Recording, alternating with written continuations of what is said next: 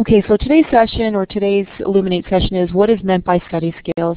And we're going to run it for about an hour, from 2 to 3. Hopefully we won't go over. And the microphones are only going to be available to both Sarah and myself.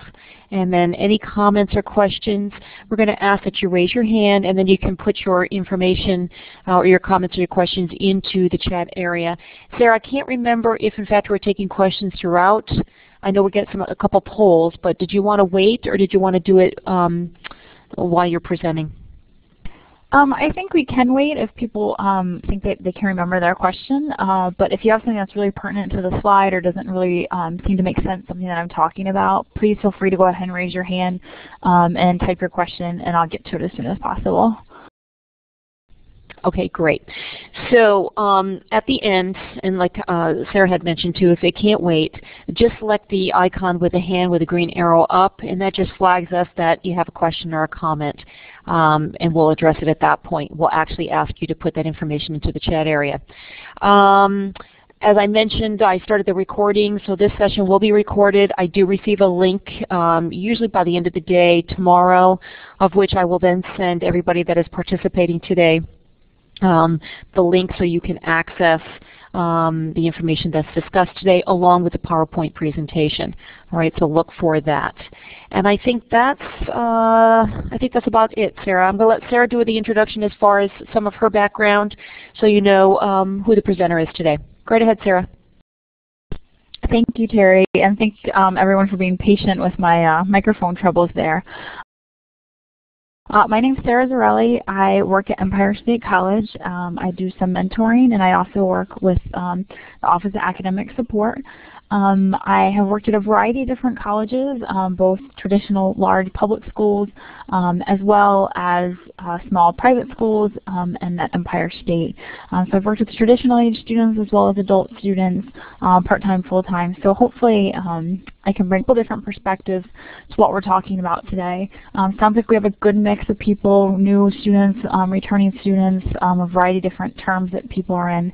And hopefully I can get all your questions answered today, but I'll also give you my contact information at the end, and certainly feel free to reach out to me if we don't cover something or you don't feel comfortable asking your question in the group setting.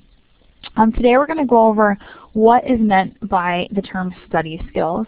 And once we go over that, we're going to talk about some of those things. We're going to talk about an ideal learning environment, ways that you can study, an overview of common study skill areas, and then we'll kind of take some questions.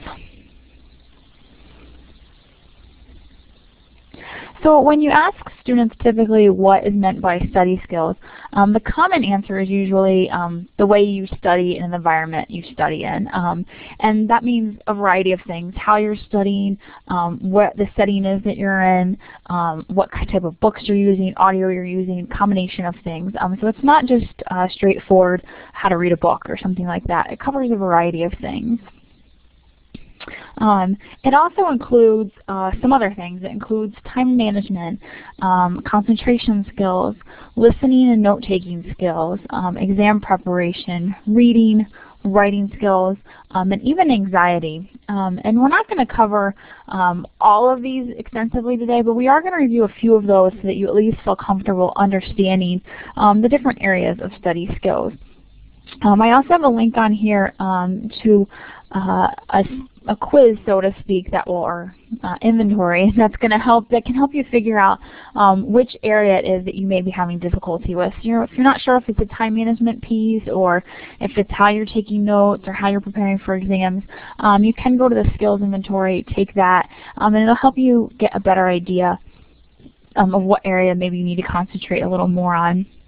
If you do take the inventory, it is intended more for the traditional age student as well as someone who's studying in person.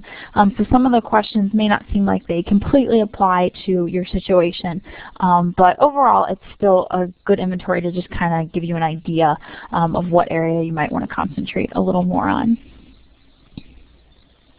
So the first thing I wanted to go over today mainly is the learning environment. then the first poll that we want to do is where do you study? So Terry's put the letters up there at the bottom. If you can just kind of answer, quickly, where do you typically study? In the kitchen, the library, the bedroom, anywhere you can, or other.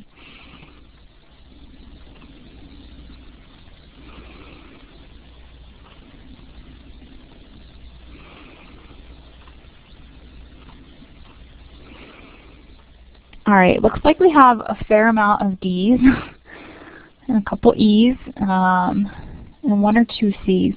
And I think that you'll find with the adult student, and especially the SYN Ed student, anywhere you can is actually a pretty common answer. A lot of us are trying to take advantage of any opportunity we have to get some studying done. So I'm not surprised that that's the most popular answer. And I'll go over that a little bit more in a second. The second poll we just wanted to ask is when do you study? And again, if you can click the letter that kind of corresponds. Morning, afternoon, evening, late at night, or any open time.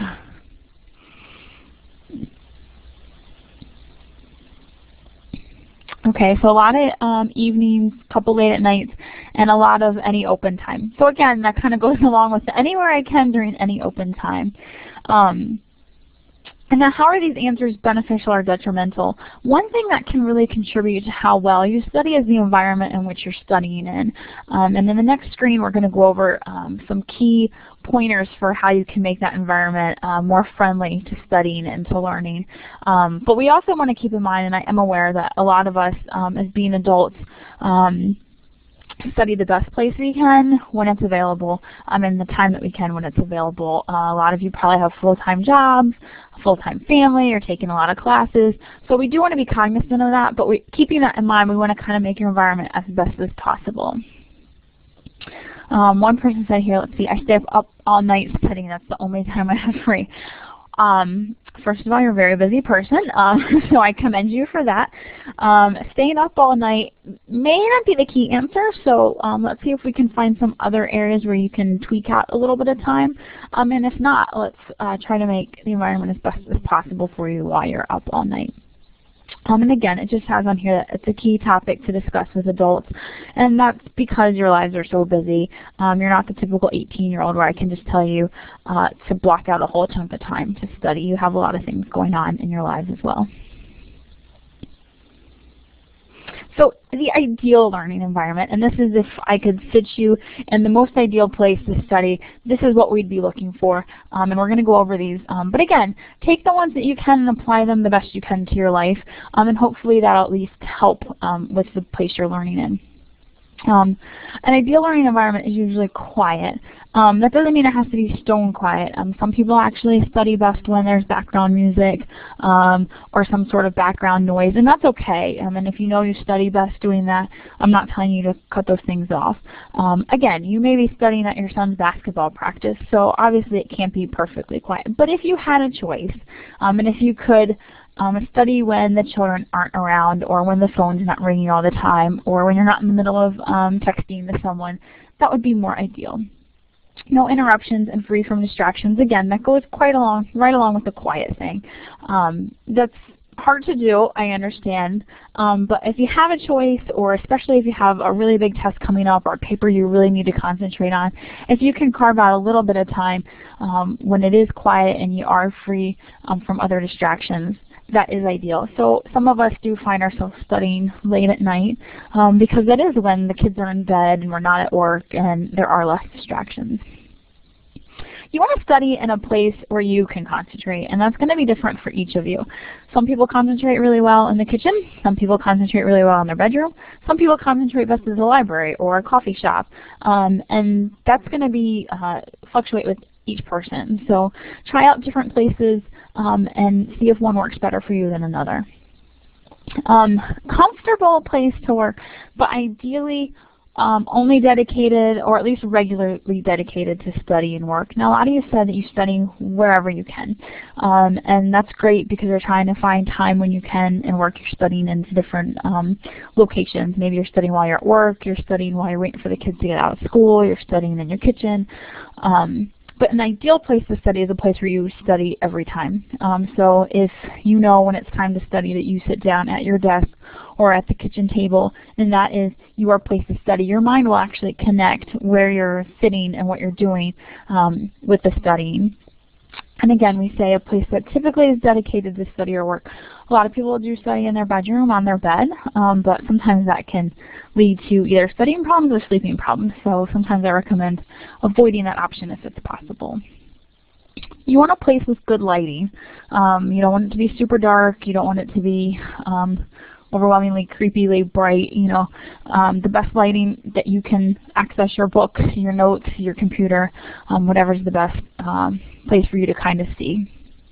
And you want to have water and snacks available to you.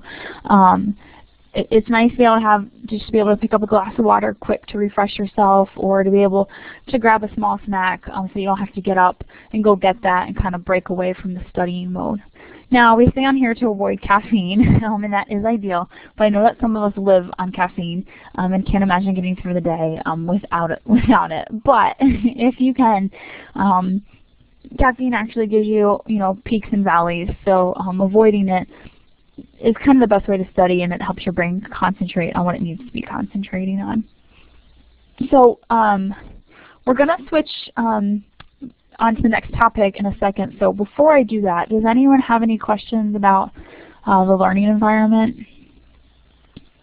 And like I said, I know that it's difficult to work all these things into your daily life or even into a once-a-week lifestyle because we are adult learners and people are doing a lot of things at once. But even if you can make one or two tweaks sometimes to your learning environment, it really can make a big difference.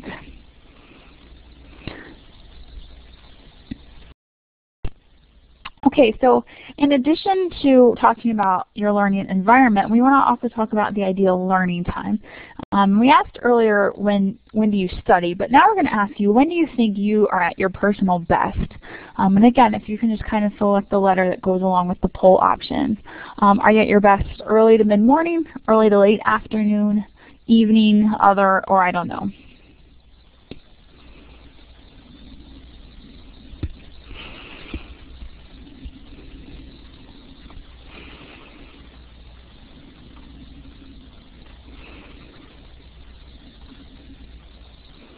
Okay, so we have a few I don't knows.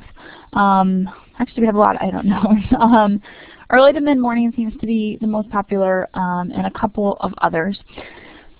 We ask when you're at your best because ideally you can study when you're at your best. And again, that's not an option for all of us. Some of us, early to mid-morning, we're probably working when we're at our best, or our kids are hurting us when we're at our best. But we want to try, especially if you have something big going on, like I said earlier, a big paper, big test, a topic that you're really having a hard time grasping. If you can be studying that when you personally are at your best, you're more likely to be successful at studying. For those of you that don't know when you're at your best, try out a couple different things if you can, if that's an option to you. So try studying in the morning, see how you feel. Try studying late at night. Some people work best under pressure. Some people work really well late at night. I know when I was in college, all my friends wanted to study and do their homework at like 10 o'clock at night. But for me, that didn't work. I'm a morning person. I am best fresh in the morning when I've had a good night's sleep. So for me, early morning study worked better. And again, that's going to vary from person to person. So try different things out. And if you can, try to study at your best. If you can't study when you're at your best, then the next best thing is to study when your environment is at its best, which is what we talked about in the slides before. So if you're at your best in the morning, but that's when you're at work, so you can only study at night, try to tweak your environment as much as possible so that it's going to help you be a successful learner. And one of the things you also want to think about with ideal learning time is determining when there is a time for you to commit to the tasks at hand. It's great to kind of fit them in whenever you can, taking advantage of every opportunity, but it's also to know that you have a set time that you can commit to the tasks at hand. So for example, someone said earlier they stay up all night studying because it's the only time they have available to you. While it may not be ideal, the time, hopefully you can make your environment ideal, and at least you know that you have that time committed to the task at hand.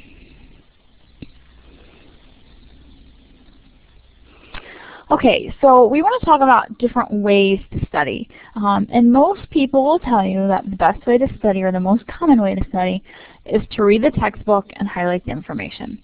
So just quickly, Does this work for you? Yes or no? Does reading the textbook and highlighting it work for you?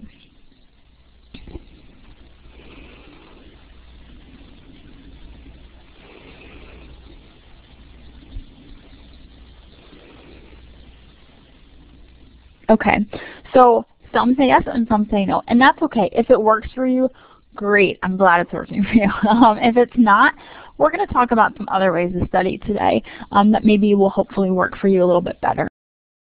A lot of us were told growing up that if we wanted to study, we needed to sit in the corner in the quiet and read our book and highlight it. And while that does seem to work for about half of you, it doesn't work for everyone. So we just want to kind of talk about some other ways that you can study. Some of those include note cards, great for people who are on the go, great if you like to rewrite your notes or if you like to see your notes. You can do them in different colors so that they kind of correspond. You know, visually you're seeing things in different ways. You can walk around with note cards, so if you're a hands-on learner or a kinetic learner, it gets you moving and it helps you remember the information in a different way. So note cards are definitely one way to study that I highly recommend, especially if it's information that you kind of need to memorize. Reading out loud is a great way to study. If you're an auditory learner, so you learn best by hearing, reading out loud is a really useful technique. Copying your notes. For some people, copying notes over and over is a key to understanding things. Discussing topics with others. Again, this works really well if you're an auditory learner. You're hearing the information, which you may not be, especially in an online classroom. You're typically reading a lot, not hearing a lot. So if you're discussing the topic with someone else, not only are you hearing the information, you're also probably picking up on things that you're not aware of or things that you didn't remember very well. Or if I'm trying to explain something to you and I'm like, wait, I'm not explaining it very well, it probably means I don't understand it very well. And that goes along with the next one of teaching a concept to someone else. It'll also help you figure out if you truly understand the concept. And that person or the person you're discussing it with may bring up questions that'll help you think about it a little bit deeper. Utilizing flowcharts, timelines, pictures. If you're a visual learner, those are really good things to help you see the information in a different way. You can use ones that are already provided in your book and your materials that you find online. You could also create them yourself. Going over case studies and examples, again, is another idea of a way to study. If anyone has any question about these or any other suggestions of ways to study, please feel free to go ahead and type those into the chat area. The key thing I want to get out here is don't be afraid to think out of the box when it comes to studying. You don't have to sit and just read the textbook and highlight. Again, if it works for you, great, certainly stick with it. But if it doesn't work for you, feel free to kind of explore other ways to study.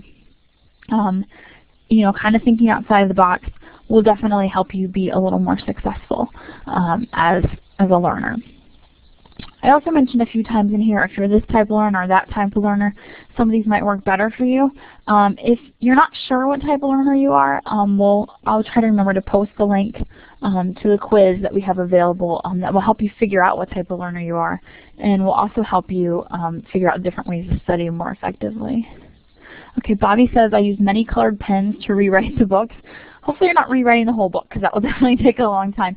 That's a great example. Not only does it bring in the rewriting side, which for some people that repetition of rewriting it is very helpful.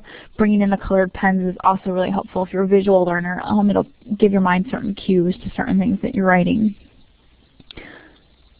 And Chef, you're a visual learner, but a lot of the CDL courses don't make it possible. It's more of a read the text thing. That is true. It's certainly hard with online courses to ask, you know, to look at some of the other visual sides of things in terms of pictures, flowcharts, timelines. Do what you can personally. So take the information that's all this writing, text-heavy things, and try to draw a picture or draw a timeline or a flowchart that kind of corresponds to that information, or even picture it in your head in a different way. And you might find that that works. And Jeff, if you remind me at the end, I'll get your email address, and I can actually email you a bunch of different suggestions for visual learners that can help you cue in on other ways that you can take the information and remember it best, the visual learner. And if anyone else wants that information, just let me know. No problem.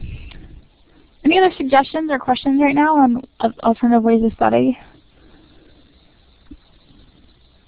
Okay, I'm going to move on to the next thing, but this is a pretty popular topic, so if at the end of the session, if you still have questions or other ideas, please feel free to share those.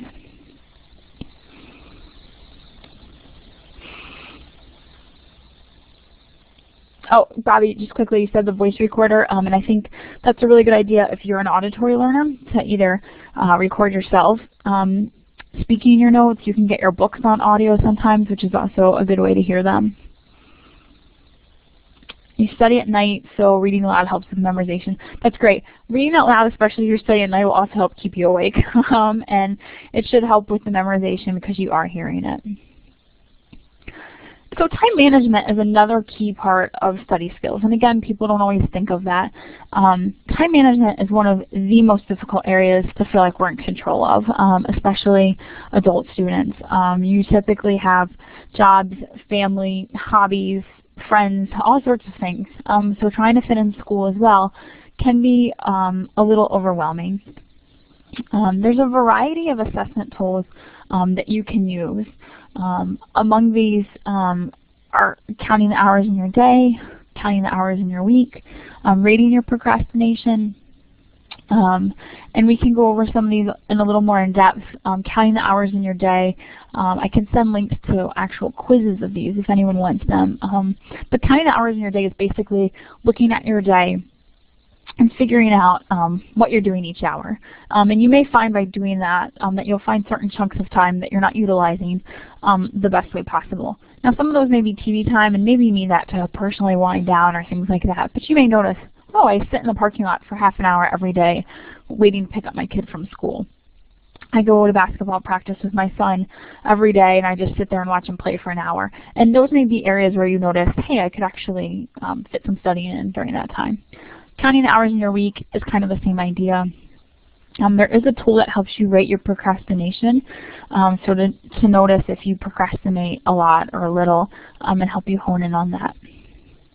In terms of managing your time, there's a lot of different tools available that can help you manage your time. I am a firm believer in calendars, be it a weekly calendar or a monthly calendar. That's entirely up to you.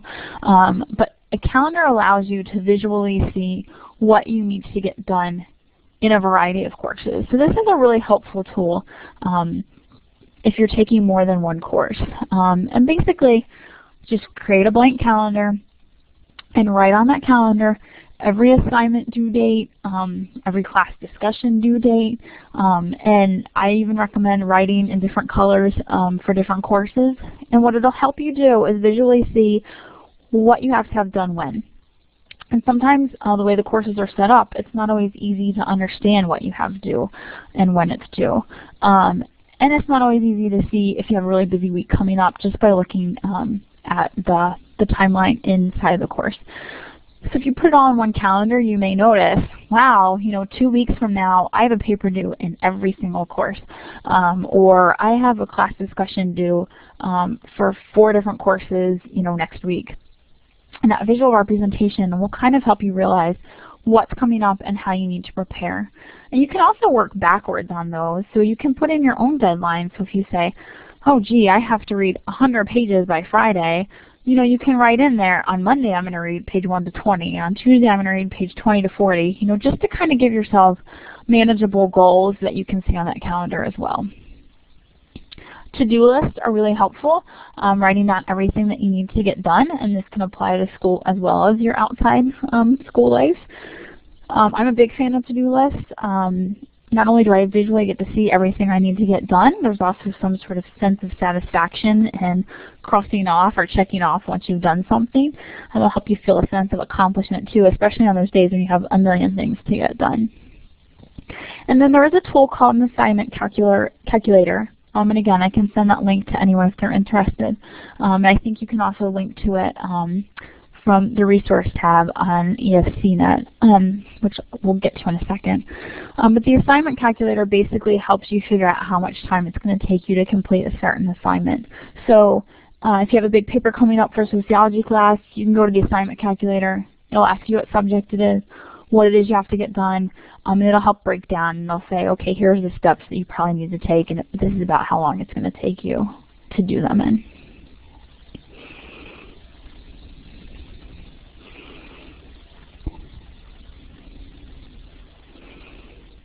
A few time management principles I just want to go over quickly.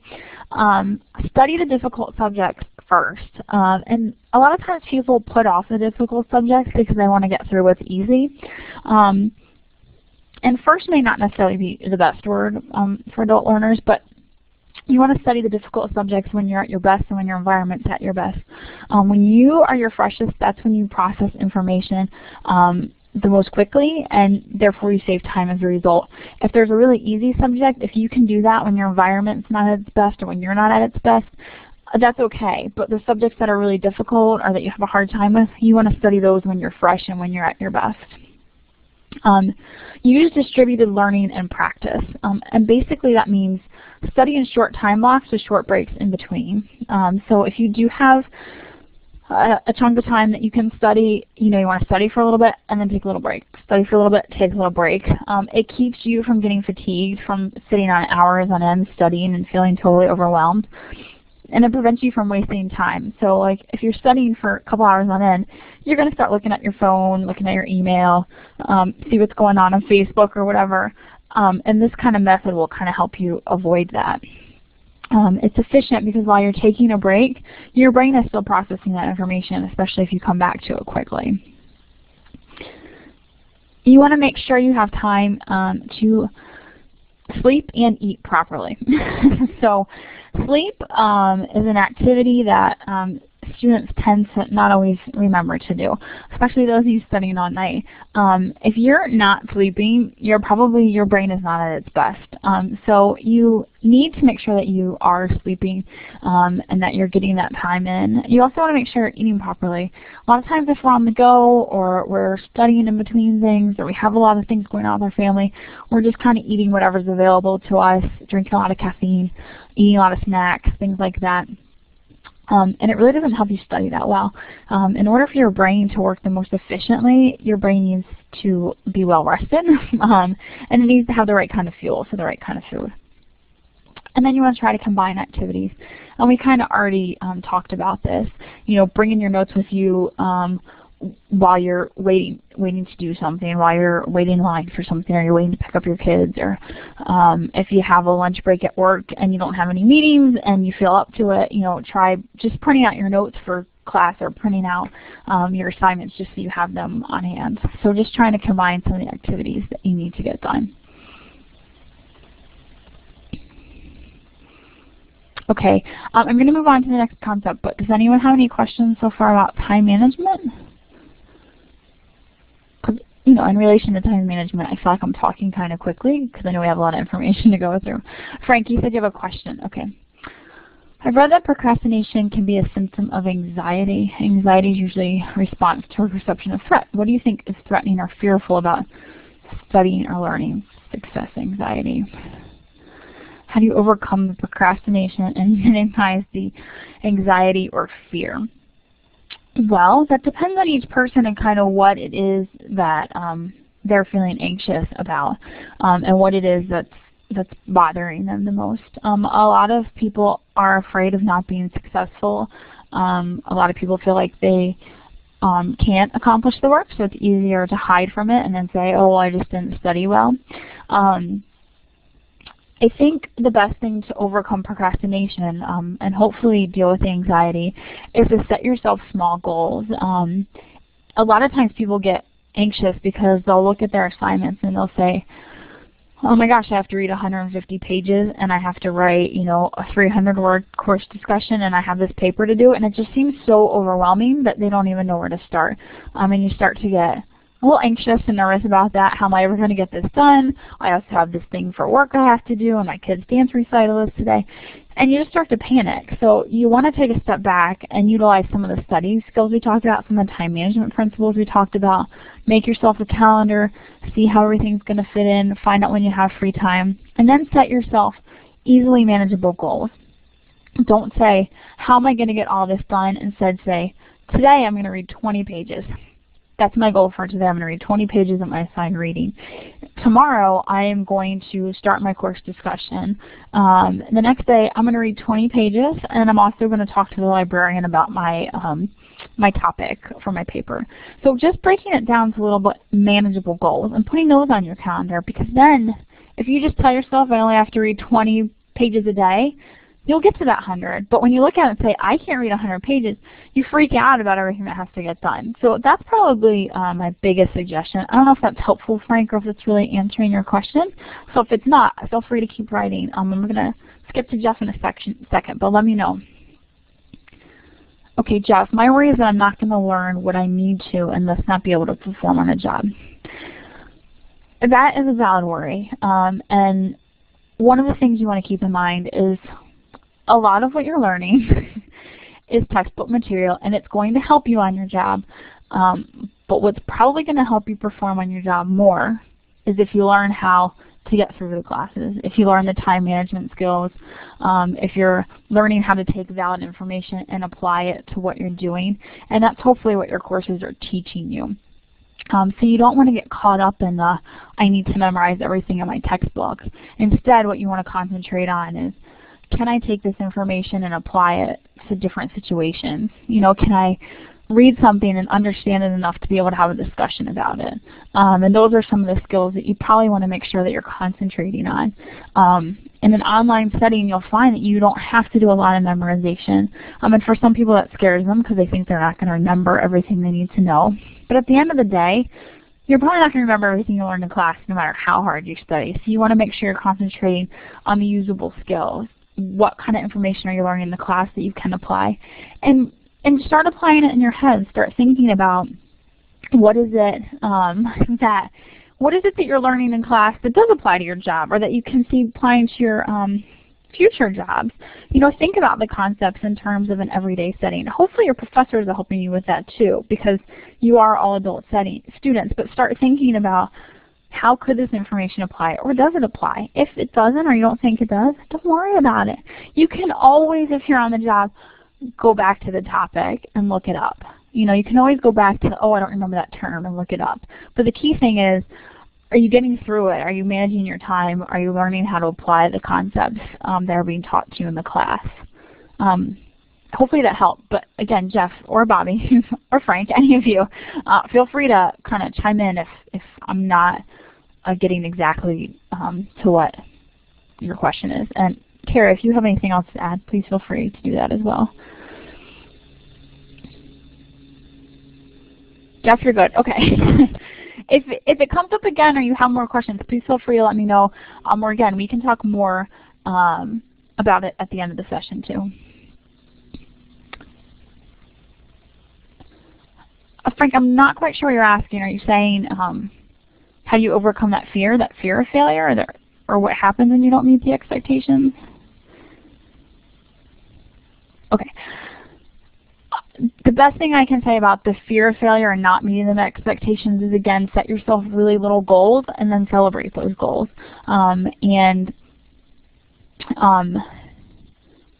Yeah, celebrate your successes when you have them, and make sure you provide yourself opportunity to have successes. And I think you'll start to overcome that fear of failure. I think the big picture of failing the class or getting everything done is overwhelming. So you need to break it down into little things that you can do and that you can do successfully, and then start building those up a little bit more. Today I'm going to read 10 pages, and at the end of reading those 10 pages, I'm going to pat myself on the back and I'm going to go have a cookie or spend 5 extra minutes playing video games, or whatever it is that you like to do, Frank. And then the next day you say, you know, after a few days, I'm going to try to read 15 or 20 pages today. I'm just using these pages as an example. A lot of times people fear is getting all the reading done. You know, break it down into little things that you accomplish and kind of build those up. And like I said, celebrate your small successes, and hopefully that will help you overcome that. Yeah, I want to make a comment about that too. I was talking with a student today who was getting a little overwhelmed and was feeling that she was already failing the class. And I think my point to her was, don't get too ahead of yourself with the courses that you're taking. You know, look at, you know, the module that you're working on and the assignments. And if you want to look at the next one, go right ahead. But, you know, with this particular student, the courses she was taking are very intense, and so that already gets your anxiety and your stress levels up if you're looking at the next module and looking at the, you know, the final project, going, how am I going to, you know, accomplish all of that? So like Sarah mentioned, you know, do it in small chunks and celebrate, you know, those accomplishments, and maybe what you do is you celebrate the accomplishments per module or per assignment.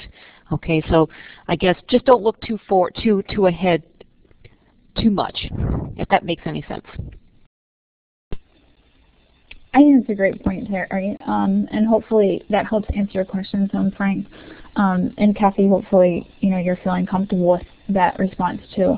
We do have a few more slides to get through, and I want to be cognizant of the time, so I'm going to move forward. But again, there will be hopefully time for questions at the end. I certainly can stay on a little longer. So Frank, if you want to ask some more questions at the end, or you want to shoot me your email, you know, we can always discuss it, you know, further after this too.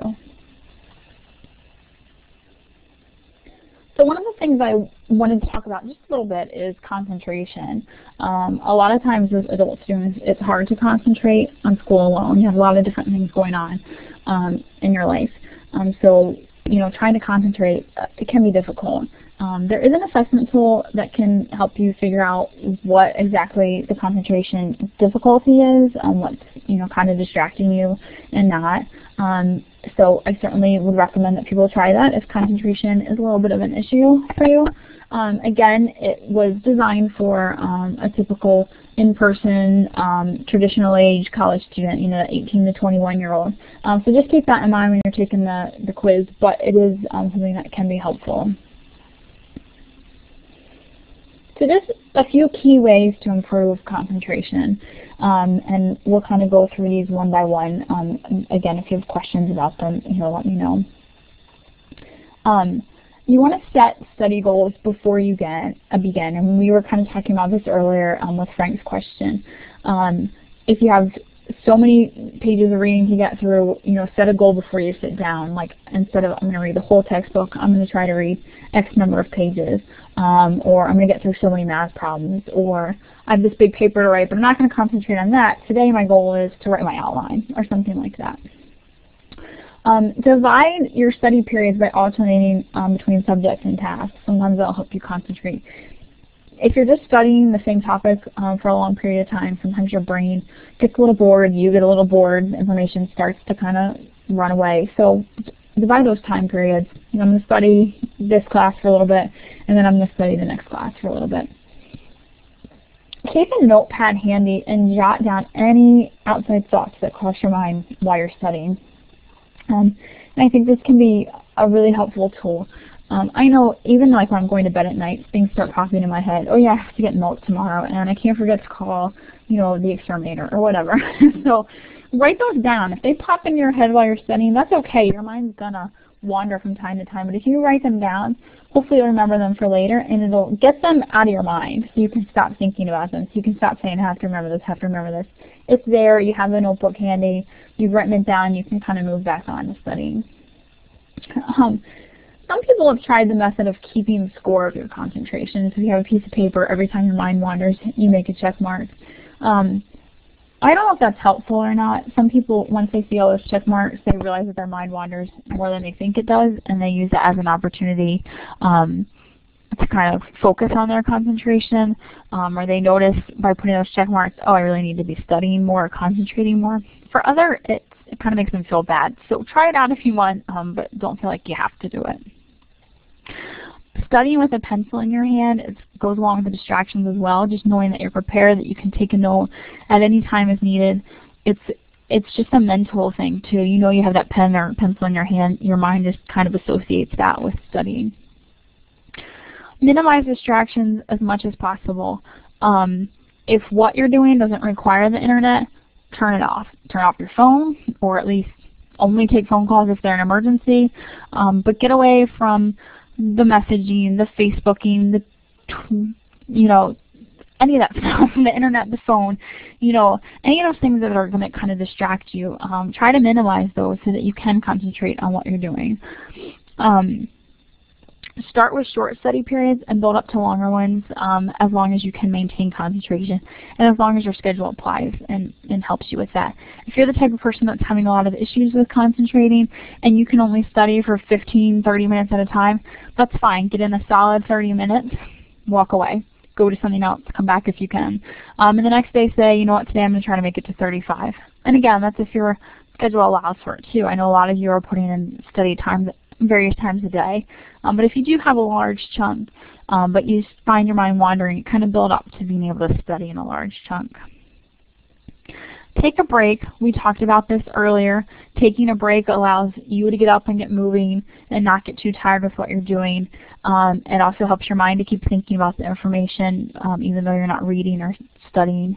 And then, give yourself goals. Like the break can be your goal, or you can say, I'm going to study for this long and then I'm going to go, get on Facebook for 10 minutes, or I'm going to study for this long and then I'm going to go, eat a snack for 10 minutes, or I'm going to go, talk to my friend on the phone, whatever is a reward for you.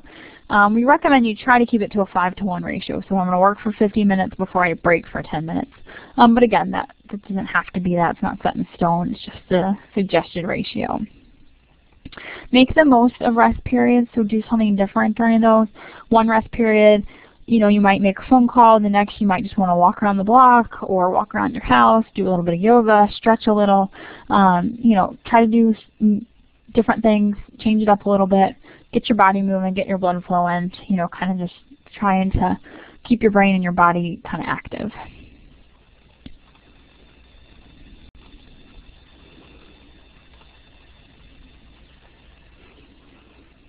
The next thing I just wanted to cover briefly is a few reading comprehension suggestions or helpful notes. Reading comprehension is a pretty excessive topic, so these are just some quick notes if anyone is having difficulty with reading comprehension. If you feel like you have a lot of issues with reading comprehension or something you want to explore a lot further, again, we'll have some contact information at the end for the Office of Academic Support, and don't feel any hesitancy in contacting us so that we can kind of go over reading comprehension more extensively with you if you think that is an issue. Just a few key notes, though, in general for reading comprehension. Before you read, we say activate your prior knowledge. So before you pick up the book, think about what you already know on the topic or what you've already read. Brainstorm some thoughts. Use a group discussion if it's available to you, either in your discussion section of your class, other classmates that you know, other people that you know. It could even be your best friend if you just want to talk about it, to kind of just be talking about it. Concept or mind mapping, it's kind of the same idea as brainstorming, it's just a little more graphic. Again, just to kind of get your mind active and think about what you already know about the topic and maybe think about what you need to know about the topic. Excuse me. While you read, a few things to keep in mind. Read for short bursts, which again we've been talking about all along. Read for 35 to 40 minutes and then take a quick break. And again, that's if you have 35 to 40 minutes. And if you can read for that long. For some people that's a long time, so build that up if you need to. Monitor your comprehension. So every once in a while you're reading, ask yourself, what have I learned? Because sometimes you'll find that you'll read for like an hour and you won't even think about anything that you've learned, and you won't even be concentrating. You'll just be reading because you feel like you have to. So every once in a while say, what am I learning? And if you don't know what you've learned, go back and kind of review what you already covered. Rephrase each paragraph in your own words. This could take forever if you do it for every paragraph, but particularly for paragraphs that are difficult, try rephrasing them and seeing if you can put them in your own words, because that'll tell you if you really understand the concept or not. If sentences are particularly difficult, read them out loud. Hearing them will help you kind of work through them a little bit better.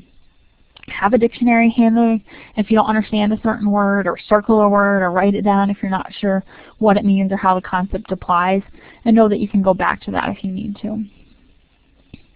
After you read, we recommend that you summarize and review the reading. There is a reading critically form, and there's a link there that you can feel free to use. It kind of helps you do that summarize and review, but you certainly don't have to. But the concept is basically, when you're done reading, think about, what have I read? What do I know now? What questions do I still have? And kind of jot those down and make sure that you know what you've read and that you know where you need to go from there.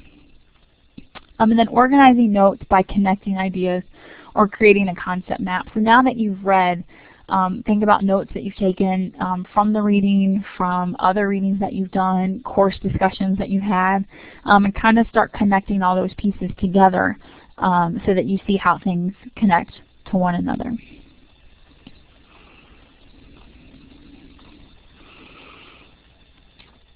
Just quickly, I want to cover just some resources that we have available and let you know that those are available to you should you need them. The Empire State Library is available to anyone. It's free. That's the link to it right there. They do offer tutorials if anyone's interested in sessions like this, or questions that you have about the library, how it works. Carrie's pulling it up right now for us. You can see a schedule of workshops right here. It's easy to get to from their main web page. And then you can also utilize from the library, they do have a chat with the librarian section. It's really helpful if you have any questions about how to use the library. And that's usually just right on the right-hand side there. If you have any questions about the library, or if you have like a paper to write and you're not really sure where to start or what resources to use, they're very helpful. So don't hesitate to use that. That resource. Introductory reading and writing courses that we have. This link will bring you to what those courses are. You can also talk with your mentor about those if you think that's something you need, or you can talk to the Office of Academic Support. Excuse me, and then that will we can also assist you with selecting courses or other writing reading resources. There's a link here to study skills. A lot of these links you can find by going to My ESC and then going to the resource tab at the top. And it'll bring you directly to some of these links too. But the study skills link is on there. You can link to it directly from here. And that'll go over some of the stuff that we covered today. Here we go. Sorry, it's My ESC Learning Support tab. And there's the links right here. Don't hesitate to use that tab. If you haven't yet, I really recommend that you explore it. That Learning Support tab will really link you to a lot of different things. Tutoring, study skills, the library. It's a quick and easy way to get to a lot of those things that we offer. If you are looking for tutoring options, the college does offer Smart Thinking, which is an online tutoring service. It's available 24/7. There's tutors that you can chat with. They will work through sample problems and things like that with you if you have questions in like a math or a science course. They also have free paper reviews, so if you want to have your paper reviewed by someone before you turn it in for a grade, you can submit it to Smart Thinking and they'll review it within 24 hours and get back to you with some constructive criticism. We also offer peer tutoring, so if you need a little bit of more extensive tutoring in a certain subject, there may be the possibility to get you a peer tutor, which is someone who's taken the class through Empire State, and that can help you with the course and understands what it means to be a CDL student and actually take that CDL course. It's a little bit different than Smart Thinking, which is a little more general. The Writing Center, again, you can get to it directly from this link or the Learning Support tab. The Writing Center is really helpful. Uh-oh, the web page isn't working right this second. They just revamped it, which is great. It's really helpful. You can even just type in the search tab if there's something that a topic that you're not sure of. If you have to do like an annotated bibliography and you don't know what that is, you can search the site for information and it'll kind of help you out right there. I think you can submit a paper through this website. It wasn't always working before, so you might just want to try it out. And if you don't hear back, let us know. Yeah, I don't believe you can. I think they were working on that. I think it was supposed to link right to Smart Thinking, if I'm not mistaken. But there is a writing coach that is available, but you have to go through myself or Craig Lamb, and then we evaluate, based on what you're looking for, if in fact a writing coach is the best path to take. Okay, so just something to be aware of. Thank you, Terry. I wasn't sure about. I know they had kind of revamped that a couple of times. And then the Office of Academic Support, the email address is right there. I'm going to type in my email address as well, so if anyone has any questions at the end of this presentation or later on in the future, feel free to send me a direct email as well. But the Office of Academic Support email address will get to us, and we will get someone in contact with you, be it myself or Terry, Craig Lamb, who's the director, or someone else in our office that can assist you as well. And with that, I think that leaves us a few minutes for questions. Please feel free to type them in the chat section or raise your hand. I'll also stick around for a few minutes after that. I'm not in a huge rush if anyone wants to go over anything else more extensively. And Daisy, I'm glad to hear that the Smart Thinking website has helped you with your essays. It's good to have some good feedback from people. And Terry, I don't know if there's anything else you wanted to add. Yeah, actually I'm going to put something in the chat area about upcoming workshops. Oops. Next week, if you want more information on the peer tutoring program, that is on February 22nd, and it's from 12 to 1. Just RSVP me, and we'll make sure that you get the link to that room. And then on the 27th, the library is also conducting a workshop on citing your sources. So everybody here, obviously, you know that you need to cite your sources in your papers, and we all sometimes get a little stressed about, are we doing it properly, using the right format.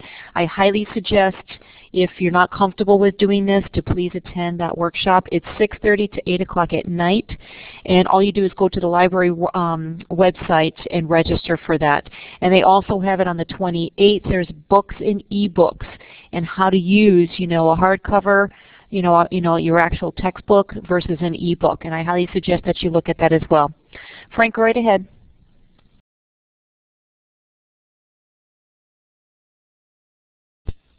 Okay, Frank, you say when you read you tend to regress, go back over and start a few times because it's to be due to concentration.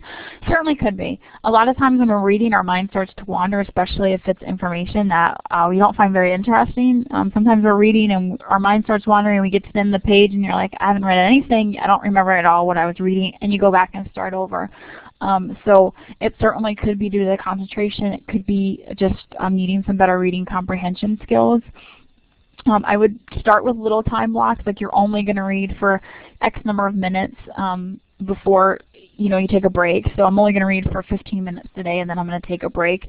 And it might help you really concentrate on what you're reading. You could also make sure at the end of each paragraph, at least in the beginning, you're rephrasing what you've read to make sure that you're actually comprehending it and understanding it before you move on to the next paragraph. I would try some of those hints and skills first. I know Terry's also going to send out the PowerPoint to everyone as well as the recording. So you might want to go back over some of the reading comprehension skills and the concentration skills. And I think you'll find that that helps, especially the doing it in little chunks, setting little goals for yourself and taking breaks. I think that will help a lot. And like I said, the rephrasing it after every paragraph or so, just to make sure that you're keeping your brain wrapped in with what you're reading.